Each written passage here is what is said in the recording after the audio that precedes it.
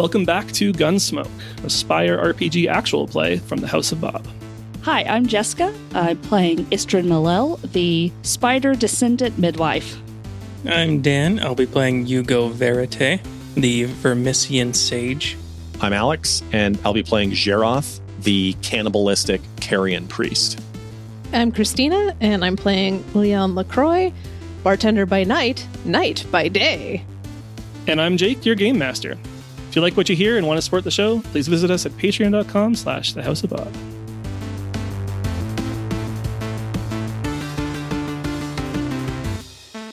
Last session, you investigated Ecole St. Meridian, looking for clues regarding Crimson Vigil activity in the area. You found a flyer for the Weeping Maiden, stained in Spire Black, one of the calling cards of the Crimson Vigil. You spoke with some impressionable teens and found out a possible Vigilite meeting location. And you spoke with Matilda, a parent you were worried might have gotten caught up in something dangerous. You decided to check out the Vigilite meeting spot, an old warehouse off Kiln Street, where you saw two Vigilites enter. Moments later, a flash of light and an echoing blast as a gunshot rings out from within. What do? I run in. And I'm like, oh! And I run in behind her there, yeah. I'm like, uh-oh. I guess we're going. Yeah. Yeah, I drop my mold nuggets because we picked out stakeout snacks on the way there from Fungus King. You have to. Yeah, so I leave my mold nuggets behind. Okay. It sounded like you threw them on the ground. I was going to put them back in the box. No, I mean, I don't throw them, but, I leave them behind. I get up quickly. Just have a little care. Remember, we're brothers in fungus. Meanwhile, inside the warehouse...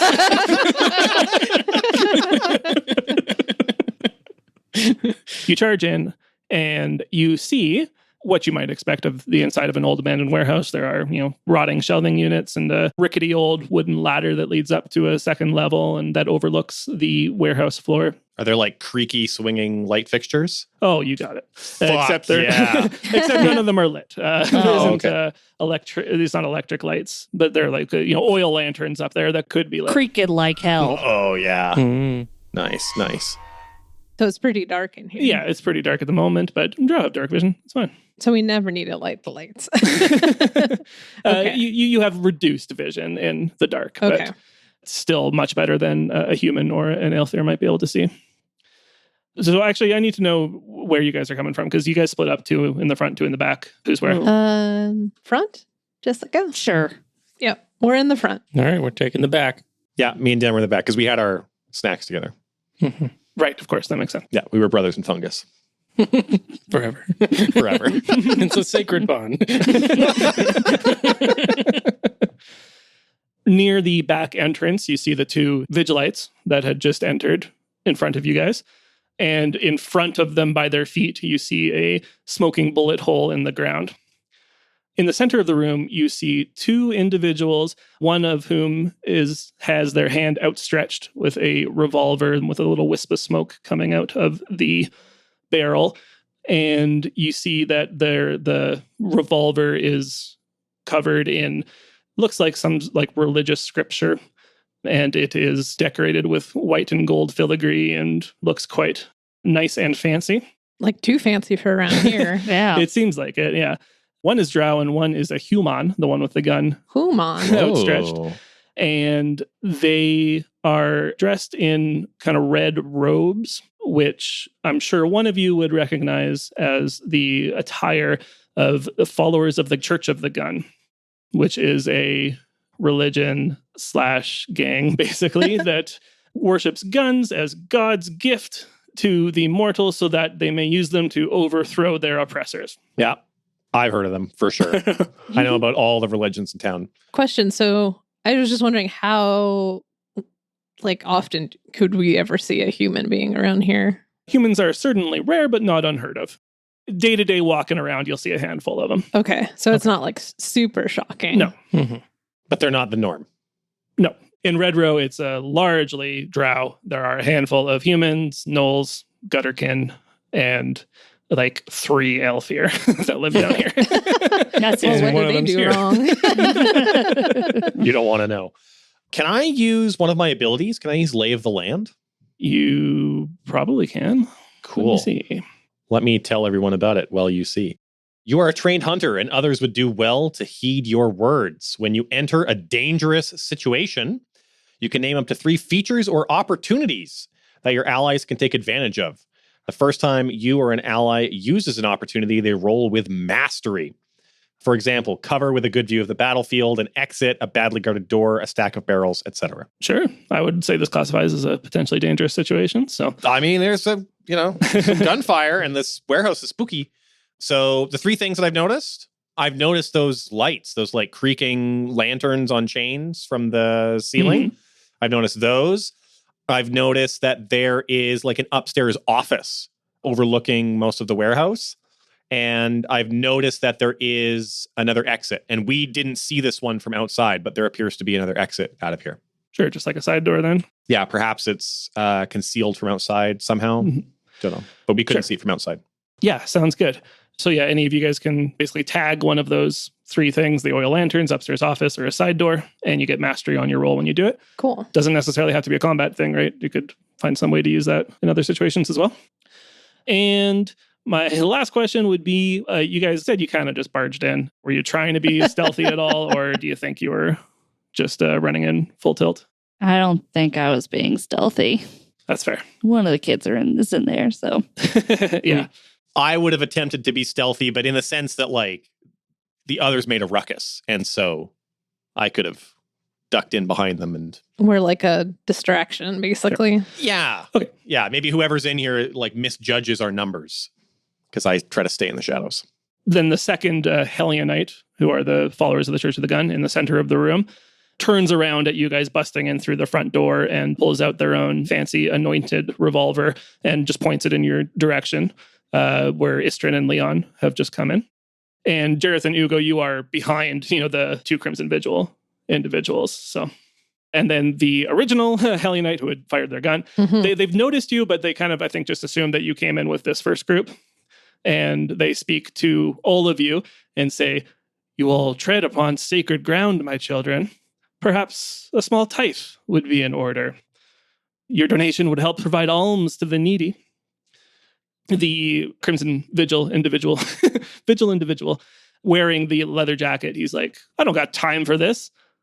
The blood moon rises while you sit there cleaning your guns. Let me through." You can tell there's a visceral, tangible tension in the room, and you definitely get the sense that neither party seems interested in backing off. And, as you've heard of as of late, a lot of gang violence that normally would have been avoided has been a real tinderbox here lately. So that's the situation. So we heard the gunshot. Do we see anyone who's obviously been shot? No, you saw a bullet hole just in front of in the ground shot in front of them. It was just a warning shot. Okay. Which side is the kid that we saw from the school on? He was on the back entrance where Jaroth and Ugo are. But like, which side is he on? What do you mean, which side? Because isn't there there's the religious order, and then there's Vigil. He's with the Vigil. Okay. Vigil. Yes. Sorry. Yep. That's the what I was Crimson wondering. Vigil. Yep. Okay. This is a good question on what to do here. Well, I'm thinking we just let it play out. These 2 seem to be going at it pretty good. Like, we can just clean up the survivors, Very pragmatic. Actually, I'm probably not talking to you because you're on the other side. But you're thinking this in your radio. head. Yeah. Through the walkie-talkie. Yeah, I don't know if that's something. I mean, Leon doesn't want to have people die if that's possible to help out here. But at the same time, I think us making ourselves like super known is probably not great either. There's at least one of them we don't like. How many of each are there here? How many Helionites? There's 2 and 1 Vigil person and the kid. Yeah, who you understand the kid to be a Vigilite as well. Right. And I will give you, since you nailed the upstairs office, if it's okay with you guys, I'll tag that now to let you know that there is a 3rd follower of the gun in that upstairs office with a long rifle. Follower of the sniper. Since I hopefully haven't been noticed yet, I'm going to sneak up to the office. Okay. Maybe I can take care of the sniper. Sure. We'll have you roll pursue low society. Not a sneak low society? Oh, is there sneak? Yes, there is. Mm-hmm. Sorry, my bad. Sneak low society. I did get 1 10. Perfect. And a 3 and a 1. Cool. You'll get up there, no problem. and you'll have the drop on the sniper up there. Okay. But that'll take a moment for you to sneak up there. So we'll see what the other three are up to in the meantime. Okay. If anything. Istrin will kind of throw her cloak back so that you can see the red robes, the ceremonial robes that she wears. So cool. And will step forward and will look to the Hellionites and say, "We have no quarrel with you. I will take the boy and we will go." And I'm motioning towards the student. The Crimson Vigil, the boy, and the other Vigilites, a bit kind of surprised to not only for you to be here, but also to kind of take their side. But the Hellionites, well, actually, I guess we'll have you roll. Why not that? Compel religion, actually. Cool. I have neither of those. There you go. 1d10. That's a 4. Woohoo, we did it. Did we do it? Did we do it? So that is a failure with stress. Oh, boy. You were kind of invoking your authority as a midwife there, right? By, throwing open the robes and that kind of thing.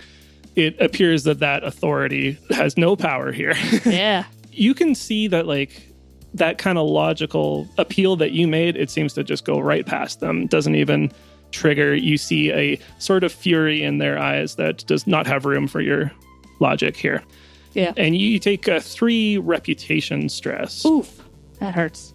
So 1, you do have a reputation free slot, right? Uh-huh. So 1 fills that up first.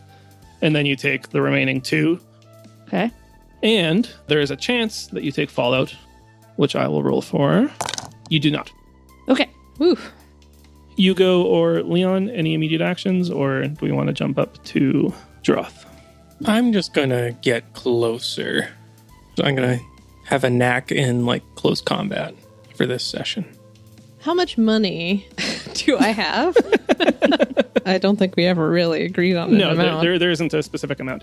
You have a stress called silver. Right, I see that here. I got 2 slots. Yeah, so if you want to buy something, we roll against your silver stress. We just kind of decide what seems appropriate. It might be a D3, a D6, or a D8. Okay. Depending on how much money you're flashing.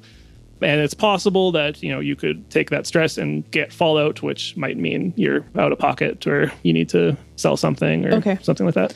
What I want to do here is, because one of them specifically asked for a tithe, is that I'm just going to step up with some jingly coins and be like, here you go, bro. Yeah. So what do I roll for that? You are trying to get him to stand down. Yeah. By just giving him the trying tithe. to relax the situation a little bit anyway. Sure. So I think it'll be compel religion. Oh, I got a 10. What? So I jingle some coins, toss them. I have one in each hand, and I flick them to both sides so they calm down, hopefully. Okay, cool. So you toss a little pouch of coins down towards them. One of them leans over to pick it up and starts poking through it and says, well, yes, this should be sufficient. However, this territory has been claimed in the name of the Church of the Gun and Brother Hellion. You must vacate it immediately. And the 2 Vigilites, they are not interested in this arrangement. They say, this is Vigil territory. You can't just take it. And they're still kind of at odds with each other, but, they're not immediately attacking. Yeah. You've lowered the temperature here a bit, but again, when you get closer to throw this bag of coins, you see that fury in the eyes as well that Istrin saw earlier. And it subsides for a second, but then it starts to inflame again. But either way, that'll give time to pop over to Jaroth, who has snuck up to the upper office. It's a simple wooden room. There was a glass window that's been shattered. Yeah. And you see inside another Hellionite in their red robes with a rifle that they're pointing down towards the center of the room. Okay. Do it. All right. I'm going to do it. I'm going to do it. How close am I to this Hellionite? How close can I get? So if you're at the door, maybe 4 feet away. 4 feet. Okay. Yeah, so it's I not could a huge office. I could lunge and get at the Hellionite. Yeah, you can't swing that big sniper rifle around in time. No, and you've got a surprise advantage. So Yeah. if you wanted to Yes, get to I them, do. you could at any point. And a surprise hyena. Yes, I do. I don't know how the hyena climbed the ladder. I carried him. Yeah, you have a That's puppy really backpack. impressive. Yeah, I have a puppy backpack. As always, just like you pointed that out before, so it makes sense. That's my puppy backpack. That's how I pictured it the whole time. That's how Song hangs out with me. He's like his two little paws are usually over my one shoulder. Oh, Yeah, that's actually pretty cute. yeah. And his vicious, bloody teeth are always hanging out in people's faces. Well, you're not any more or less scary than before with that. Yeah. So I'm going to let Song, the hyena, out of his puppy backpack. And I'm going to point at the Helionite for my hyena. And I'm going to shout, "Sick him!" And I'm going to use my ability, Sick him, which is when you launch a surprise melee attack on a target, your attacks gain the brutal tag. So I guess my hyena is going to go and pin him down so that I can then attack him with a meat cleaver, which is my melee weapon. God. Cool, That sounds, cool. a tenderizer. Or it's called a war cleaver. So a huge fucking cleaver. He's holding that sniper rifle and I want to just cut his fucking arms right off so he can't use it. Just a Whoa. well-respected member of the community here. That's right. All right. So the skill is fight. Okay. The domain is religion.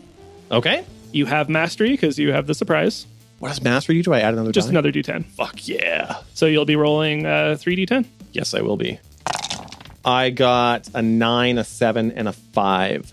Awesome. Success without any stress. Sick. So Jiro pushes open the door and Song leaps and grabs the back of the Helionite and, pulls them away from the window into the ground. And you come in with the war cleaver. And can you roll your damage? Yeah. Which would be a d6. Okay. Because you have brutal, you roll twice and take the best. Fuck yeah. And in fact, I think your rip and tear applies here as well, which is when you corner your quarry, this guy's stuck in this office with you, Yeah. which means if you roll a 1, you re-roll, and if you roll maximum, you roll again and add it. I didn't roll a 1 or maximum, but I did roll a 4. A 4. Yeah. Which I believe is enough. Nice. Take off some arms. Or do I just kill this guy outright? It's your choice. You have defeated this foe, whether you want to have just crippled them or annihilated their very soul. I slice his arms off at the elbows and he bleeds out on the Whoa. floor. Well, Yeah. yeesh. Whoosh. Both arms. That's how big my cleaver is. That is impressive. So the one issue with that is that is not a silent death. Yeah. He's like anime spraying blood everywhere. Well, Horror movie level. no, I mean, we're all the way up in the office. Yeah, he's looking through the window though. You cut off the arms, and this individual howls in pain and curses and cries out like some kind of hell scream. And the 2 Helionites down at the warehouse floor, one of them looks up with a look of shock and horror at the blood splattered on the window of the office. Fuck yeah. Fuck yeah. So cool, but scary. Can I use that as a distraction? Leon is going to sock the guy who Yeah. looked up. Sure. Yeah. No, you guys still have the advantage here at this A point. jump. So Cool. Yeah, no, my first reaction when that all happens and he looks up is to uppercut him, I guess, actually, as hard as I can. Nice. sure, with your weapon or Fist in this case. okay. Sure. So yeah, same thing. Fight religion. 7 is my best one. Success at a cost. Take stress. Blood stress. After that scream rings out, you run up towards the distracted Helionite in the center of the room and go for a hit. But he just at the last minute spins around. He doesn't have a clean shot on you, but he just fires off a bullet and it probably grazes you for 3 blood stress. But you have armor. I do. You have 3 armor. So it all just goes to armor. One of the standard pieces of equipment for a knight is this quarter plate. So he turns around and fires a shot and it just hits into the shoulder, the pauldron that you're wearing, and does 3 damage to your armor. Armor refreshes at the end of a situation. So Oh, okay, cool. we still need your damage. Right. How much for punching? I think officially a punch is 1, but I got big, meaty hands. yeah, I think we'll call it a D3 because you've got the advantage. I got a 3. So what does that mean? A 3 would be 2 damage. 2 damage. Hopefully just enough to daze him or something. I mean, I'm not trying to kill him specifically. Yeah, you get in there, give him the uppercut. This is the human. He gets, hit backwards a couple feet, is pushed backwards with the momentum. He takes 2 damage, which is not enough to take him out, but you got him on the back foot. Cool. Anybody else want to jump in? I want to sneak around. So I'm going to get behind maybe the guy with the gun, and I'll pull up my crossbow and kind of stick it in his back. Sure. So there are the 2 Hellionites in the center. Mm-hmm. They both are armed with these revolvers. You did earlier say you were kind of trying to get a little closer. Mm-hmm. So let's have you do sneak and religion. Neither. Yeah, I was going to help, but I can't help with either of those. Can I use my knack of close combat?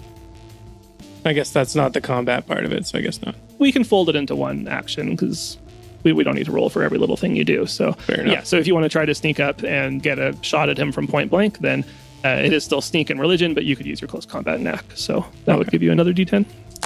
I got an 8. You sneak by one of the shelves and a pile of old crates and come around the other side, whip out your folding crossbow, Mm-hmm. and take a shot. D6 damage. I got a 4. As I asked Alex, it's up to you whether you disable or eliminate this individual. So, but you've done enough to take him out. I'm going for disable. Okay. How does that work with a crossbow? I shoot him in the kidney. He has 2. In his shooting hand. Yeah, I guess a kidney shot. He just collapses to the floor in pain and is out of the fight, essentially. Yeah. Cool. Sounds good. The 2 Vigilites, when the gunfire and screaming started, they kind of dived for cover. Istrin, if you want an action, there's still the 1 Hellionite in the center of the room that was currently facing off with Leon. I'm going to pull out my twin razors and attack him. So that's a fight religion. Well, that bounced on my keyboard, but it landed on a 9. We'll take it. Yeah. Thank you, keyboard. Awesome. D6 damage. 6. Oh my gosh. Over to you. How do you deal with this individual? I'm going to stab him in his hand so he drops the gun. So it's a disable. Sounds good. Other than some murmurs of pain and mumbled screams from the 2 individuals at your feet, it appears that the battle is over. The 2 Vigilites poke out from behind the boxes. You can see the kid there. He's turned white. He is terrified. But then there's the older man with the leather jacket who comes out and he's like, "Whoa, good fighting, guys." Oh, that's cute. He thinks we're on his side. Right? Man, if you'd just given me, another minute, I could have taken care of him. But, appreciate the help. Saves me getting my jacket dirty. Speaking of his jacket, I yank him over Ah. by the scruff of his jacket. Hey, man, what are you doing? Friend, we need to talk. And then I kind of motion to Venice to escort the other kid back home or something Sure. out of this situation. Yeah, sounds good. Istrin is glaring at the kid like, go home. I'll see you at school. Yeah, Oh, you no. are you're the truancy cops. Yeah. Be ready for detention tomorrow. Eternal detention. Hey, lay off the jacket, man. What do you want? So this is the guy who's been most likely recruiting kids, or at You think least so, yeah. Okay. Yeah, well, I'm gonna push him into a chair and be like, dude, we need to talk. You've been recruiting kids for your gang, and we just cannot have that. Better than them getting shipped off to serve some Aelfir dickwad. I can't argue with that. What are you going to do about it? If you're not going to save these kids, I will. Okay. We won't get them killed ourselves, and that seems to be what you do most. He's kind of like gives you a big eye roll. Well, yeah, a little eye roll, but then he kind of seems to think about it for a moment and says, "I don't know who you guys are, but we're trying to make a difference here. And if you can't see that, then we don't got time for you. Ain't nobody going to stand in our way, even if you are a fellow drow." And I'm like literally standing in his way while he's in the chair. Yeah, and I have my crossbow pointed at the back of his head now. I feel like I want to use braggadocio, but I don't know what I could convince him of. Let's make him look stupid. He's only getting these kids because he has this cool ass jacket. Yeah, rip his jacket. No, but if we rip it, then it'll look cooler once he stitches it back up. No, like, away. rip the sleeves off. No. Or does he have like a patch on the Do jacket? you guys have any idea what cool is? I do. That's what I'm saying. It's not working. Yeah, like we just need to take the jacket away from him. Right, just take I don't the think it's jacket. the jacket that's convincing these kids, or maybe it is. I'm not sure. with my braggadocio anyways, I can convince an NPC that I can do something and they automatically believe me. I feel like I could maybe try to threaten him, but I don't know in what way. So if one of you guys has a good suggestion. Let me help you with that. I Yes. would like to use Protector's Eye and know what this NPC wishes to protect above all else. Once per situation, and I assume this is a different situation. It's got to be his jacket. His leather jacket? Yeah. That's the only thing. That's what I've been saying. What a very three-dimensional character you built here. Yeah. What Leon's going to convince him he can do is fit in the jacket. You can look better in the jacket than he can. Oh, yeah. No, okay. He wishes to protect above all else. This is going to be a fun skill for you to deal with throughout this. I'm going to have to just come up with a bunch of them beforehand and fit them in. You get the sense through your mystical magical ways that, his intentions are genuine, that he wants to protect the drow as a whole, as a community. He wants to fight for a better future for them. But from other experience that they're willing to sacrifice today for tomorrow. Yeah. Literally the youth for Yeah. their Yeah, cause. and they're recruiting kids. Mm-hmm. So I will say to him, And what happens when you recruit all of the children and there are no drow left? Because you have murdered the young in your pursuit for their freedom. I don't know. You're the midwife. That's your job. I don't like this kid. He seems just too angry to have a good answer for that. He's just like, "Oh, well, I mean, it's nothing's changed for 200 years. We're going to make change and, blah, blah, blah, blah, blah, blah, blah. You've heard it all before. Mm-hmm. You also get the sense that he's kind of maybe figuring out who you guys are and who you work for. And he says, you guys have been sitting on your hands for 200 years. Nothing's changed. It's our time now. Do I kill him? The problem is if we kill him, I mean, I'm not saying no, Is but he going to be a martyr? yeah, exactly. Like another one will take his place, right? So that's sort of why I want to try to convince him of something, but I'm just not quite sure. Does he seem like he's a particularly important Vigilite, or he's just like a guy?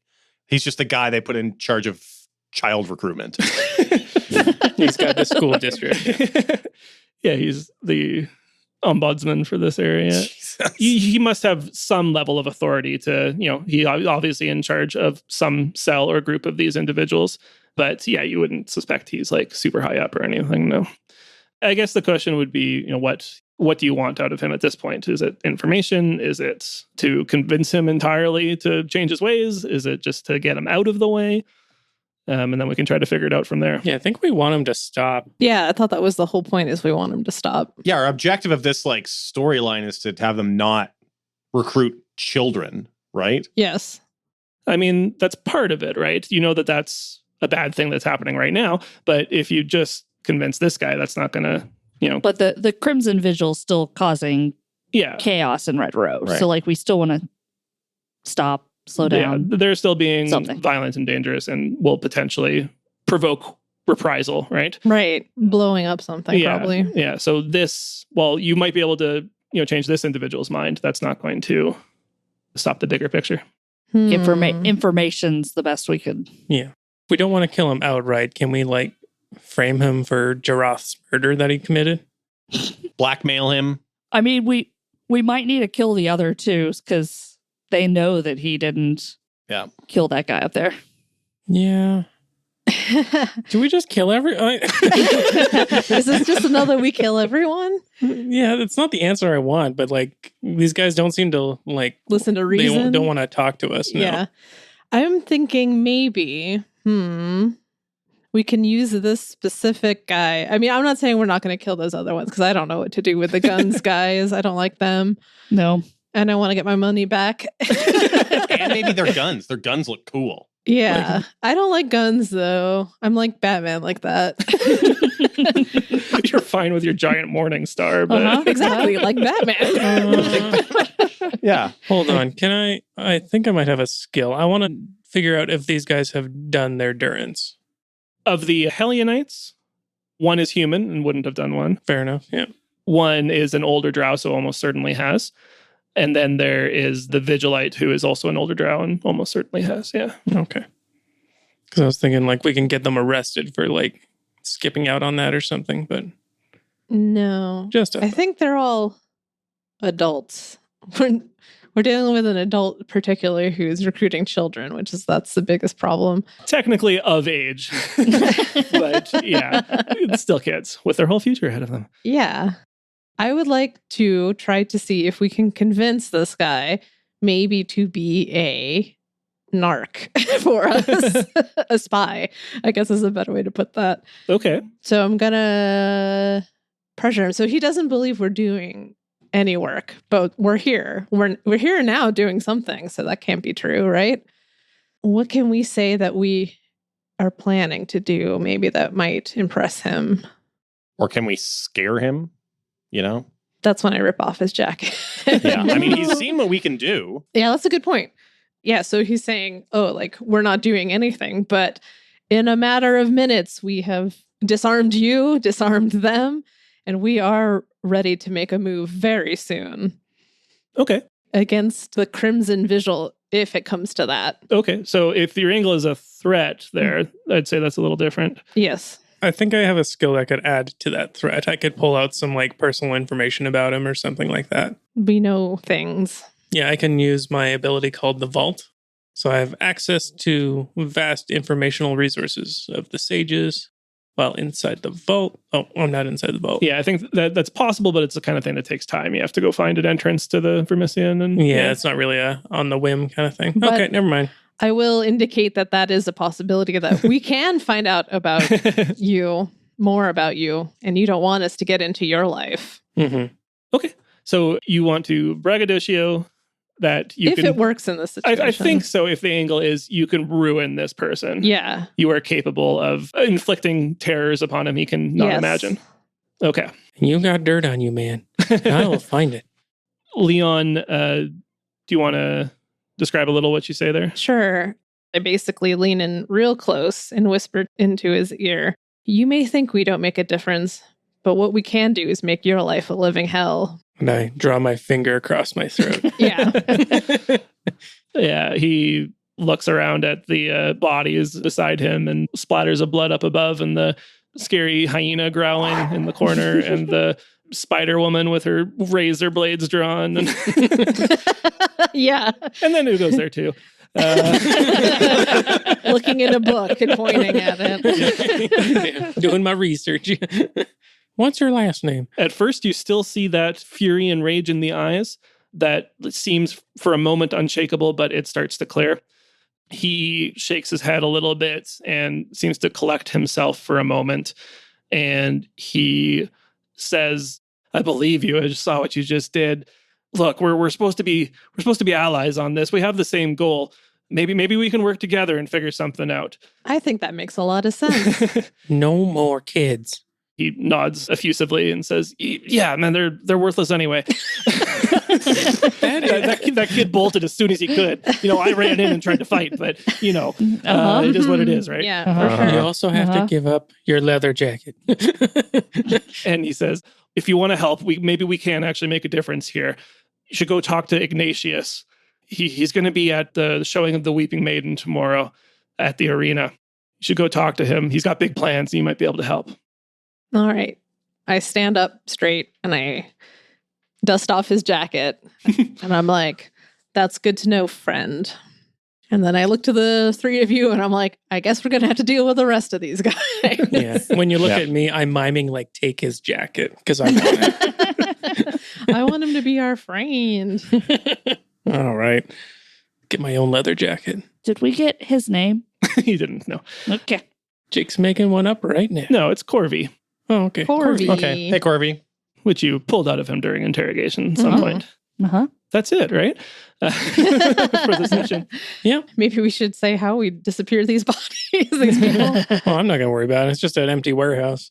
Despite the fact that they Everyone's wronged a us. human. And there's a human, whatever. I mean, Jeroth has a responsibility to the people of the Spire to ensure that their spirits reach the next life. Oh my god. Does that include Right now? humans, though? That's why I'm saying We have that. to do this right now. Just gonna step outside while you're. Yeah, we'll meet you back at the base. You do your dark deeds. He allows his hyena to have a little feast. You have a little nibble too, I bet. We'll never know because we We'll left never to discuss. Rumor has it. And he ushers their souls to the next life. That's the least he can do. Okay.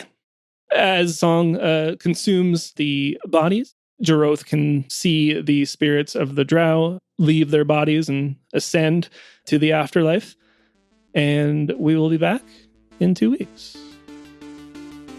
Thank you for listening to this episode of The House of Bob. If you've enjoyed the show, please give us a review on Apple Podcasts. Tell a friend, hit us up on social media. We're at The House of Bob on most platforms. And stop by our Discord channel where you can chat with us and like-minded individuals. If you've enjoyed the show and you'd like to support us financially, stop by our Patreon. Patrons get bonus content, including a monthly bonus recording for things like director's commentary and one-shots. They also get RPG zines and a monthly blog post. And I want to make a very special, huge thanks to all our current patrons. Artwork for this episode was by Jake at Javits. Audio production by Alex of Astronomic Audio. And the music was by Duke Albert. Once again, a huge thanks to everybody for listening. Have a great day. Roll on.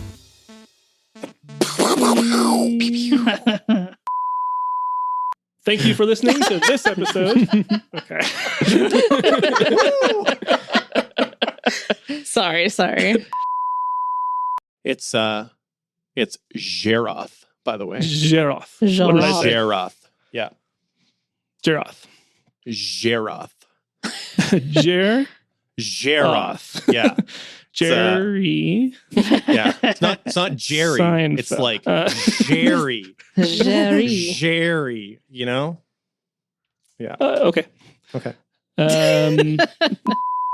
Yeah, I did roll Silver Stress. No, you get a crit, so you're fine. Never mind. You're good. Forget that. Silver stress. No, my money. The 2 vigil individuals. I keep on saying vigil individual, and it throws me off every time. Time to pop over to Jaroth, who has successfully snuck up to Jaroth. Jaroth. Jaroth. Yeah, you had to pick Jaroth. such a hard name to say. Jaroth. Jaroth.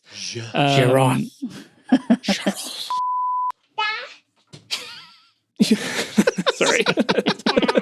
Why is your face covered in chocolate?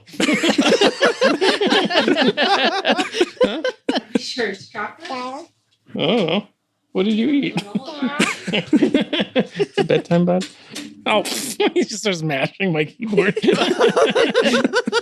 Yep, that seems right. And then a baby enters the room. Stomps around. Why do you have chocolate on your face? Oh my gosh. Trying to find a D3 up in this bitch. You won't find one. Oh, They okay. don't exist. So scary, You nurse. really are metal as hell. That's so cool. Also, you're friends with a guy who eats people, so Yeah. We don't generally tell everyone that, right? well, you know. Do we know that you eat people? I don't know if we know. I know. I don't know. If you I guys think know. we know. Yeah. All right. As the drow souls make their way to New Heaven, which is on the moon. What? You really interjected that so fast. New Heaven is on the moon. I don't make up the rules. Moon. Boom, boom, bomb. Rip Thank you. human. Yeah, and the human just rots there. Yep. Yeah. Did we kill the human? They were part of the ones that we were fighting. You disabled Well, them, I believe. But Yeah, I shot one in the kidney that was not dead. Well, so. you know. I I mean- think they're out of the picture. They- one way they or are another. all- They died. Dead They now. weren't dead at the time. Song was still hungry. Yeah. Yeah, like unless you administered first aid and took them somewhere, they'll just die there eventually. Yeah. Well, like that's He his did that's not. Leatherman's that's his Leatherman. job. No. Sure. Maybe Leatherman dealt with it and later they'll all come back and Yeah, get I their would revenge like on you. plausible Uh-huh. deniability. For who? I ain't kill nobody. Their bodies are gone. There's Yeah, exactly. there's nothing to deny.